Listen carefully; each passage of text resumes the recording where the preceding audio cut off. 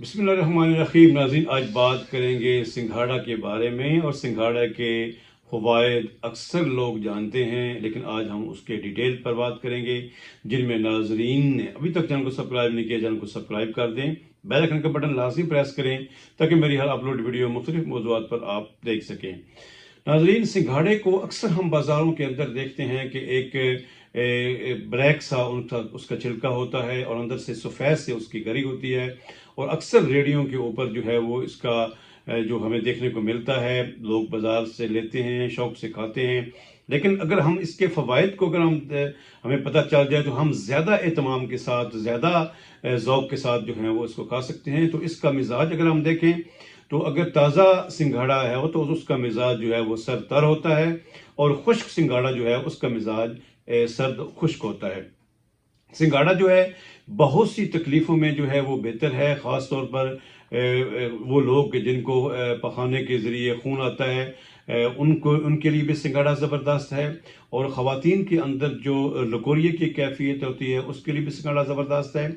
और उसके बाद अगर देखा जाए तो ख़वातीन में कई ऐसी ख़वातीन होती हैं कि जिनको आम पीरियड के दिनों के अलावा भी उनको जो है वो ब्लीडिंग आती रहती है, उसके लिए भी सिंघाड़ा ज़बरदस्त है। और उसके बाद ये भी है कि अगर रहम की कमज़ोरी हो, रहम जो है बच्चे को पैदा होने से अक्सर ख़वातीन के रहम के अंदर कमज़ोरी हो जाती है, और बाज़ ख़वातीन के अंदर ऐसा होता है कि रहम बाहर को निकलने को आता है, तो उसके लिए भी सिंघाड़ा ज़बरदस्त है। और उसके बाद वो मर्द जिनकी मनी की किल्लत है, जो जरियान की शिकायत में है, जिनके अंदर मनी कम पैदा होती है, उसके लिए सिंघाड़ा अक्सर जो है वो अपना असरात रखता है। तरीक़ाकार क्या होगा इस्तेमाल करने का कि सिंघाड़े के पाउडर, उसको पाउडर बना लें, खुश्क सिंघाड़ा लेके पाउडर बनाएं और दूध में उसकी खीर सी बना लें, हल्का सा मीठा मिलाएं। तो इस तरीके से आप सिंघाड़े को इस्तेमाल कर सकते हैं। और उसके बाद वो खून की जो बीमारियां हैं, खून के लिए भी ये ज़बरदस्त किस्म का है, खून को साफ़ करता है।